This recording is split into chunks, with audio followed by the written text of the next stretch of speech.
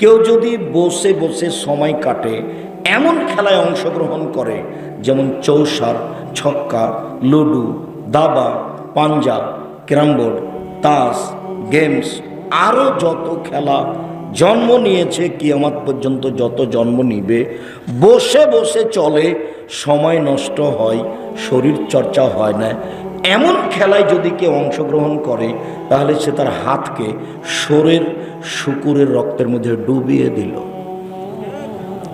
হাদিস মুসলিম। চৌসার, ছক্কা, লুডু, দাবা, পাঞ্জা, ক্যারামবোর্ড, তাস, গেমস, যত খেলা আছে, এসব খেলায় যে অংশগ্রহণ করে, সে তার হাতকে শরীর শুকুরের মধ্যে রক্তের মধ্যে ডুবিয়ে দিল। তুমি যদি আসলেই মুসলমানের বাচ্চা হও, তোমার যদি গায়ে রক্ত থাকে, তাহলে আজকে গিয়ে ব্ল্যাক বোর্ডটার উপরে লাথি মেরে ভেঙে ওকে আগুন দিয়ে জ্বালিয়ে দিয়ে ঘুমাবা। আর যদি না করো, তাহলে তুমি বলিও যে আমি মুনাফেক, আমি বক্তব্য শুনি মানি না। বলবে যে আমি মুনাফেক। সকালে হাঁটবার বলবে আমি মুনাফেক, আমি বক্তব্য শুনি মানি না। এ পাড়া থেকে ওই পাড়া যাবে আর বলবে আমি মুনাফেক, আমি বক্তব্য শুনি আমি মানি না, আমি মুনাফেক।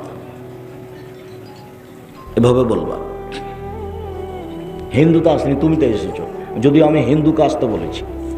আমি যখন কোনো জায়গাতে যাবো, তখন হিন্দুও যেন আসে, আমি তার কিছু না কিছু উপকার করবই করবো ইনশাল্লাহ।